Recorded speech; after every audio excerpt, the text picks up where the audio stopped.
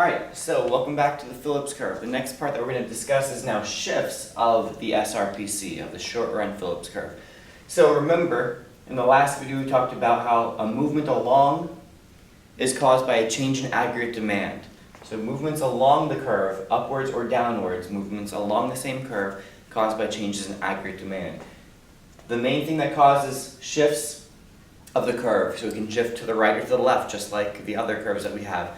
And what causes that will be positive or negative supply shocks. So, again, to reiterate, movements along the curve caused by a change in aggregate demand. Shifts upwards or downwards, or to the right or to the left I should say, caused by changes in supply. So if we have a negative supply shock, so higher gas prices, what that's going to lead to is the SRPC is going to shift to the right. Now it looks like, especially right now, it looks like it's an upward shift. We're going to call it a rightward shift to try to remain consistent as we possibly can. So we'll have our new SRPC. So we'd have a rightward shift. So it would look like that, and that would be caused by a negative supply shock. So what does that mean when we have a rightward shift? Well, it now means that at every level of unemployment, it now requires a higher level of inflation to maintain that. So for instance, if we were operating at point A on our curve, point A, same as before, we had 6% unemployment, we had 2% inflation. That was the trade-off. But now because of a negative supply shock, it shifts to the right, and now we are operating up here at our new level, point C.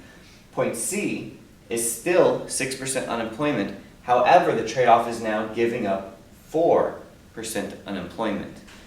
So this is obviously a bad thing for the economy because it means that every rate of unemployment that we have, it now requires a higher level of inflation in order to be able to maintain that.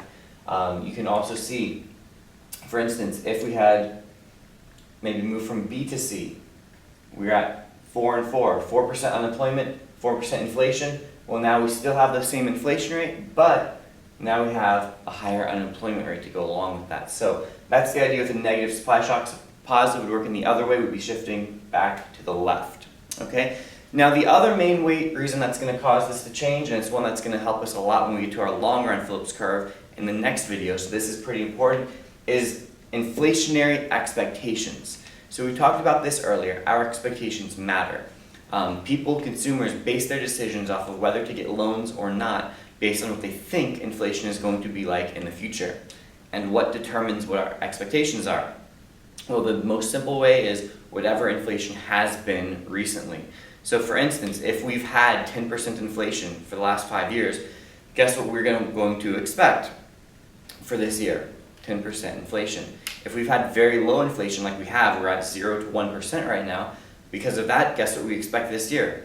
Very low 0 to 1% inflation. So our expectations matter, and in fact, when we have an increase in inflationary expectations, so we expect to have higher inflation this year, what actually happens is we have higher inflation this year. So our expectations alone can cause that. In fact, what our expectations are, they cause a proportional increase in inflation. So, for instance, if we expect inflation to increase by 2% this year, inflation will in fact increase by 2% this year. That is a very powerful thing that our expectations have. So again, just looking at it, we could represent this one as SRPC 0. Or let's call this 2. So we're going to call this 2, and we're going to call this one 4. What that is saying, because I know that's not how we normally do these, we go in order 1, 2, 3. What this is saying, that number is representing the expected inflation. So SRPC 2 is telling us that we have an expected inflation rate of 2%. SRPC 4 is telling us we have an expected inflation rate of 4%. And so what we see is here from our first curve to our second curve, the increase of 2% of our expectations. And so it causes us indeed to shift to the right, and that does cause, if we look at it, at each point their trade-off. So let's make a point D here.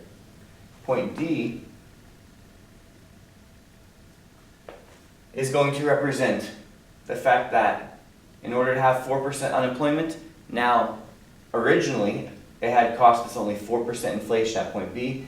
Now, once we shift to the right, because of our inflationary expectations, to maintain that 4% unemployment, the cost would be 6% inflation. So it goes up by 2%, which is the amount that it increased by. So you can see that in both of these. From A to C, we have an increase of 2%. From B to D, we have an increase of 2%. It would also work going the other way. If we have a decrease in inflationary expectations, we could move backwards. So from point D to B, or from C to A.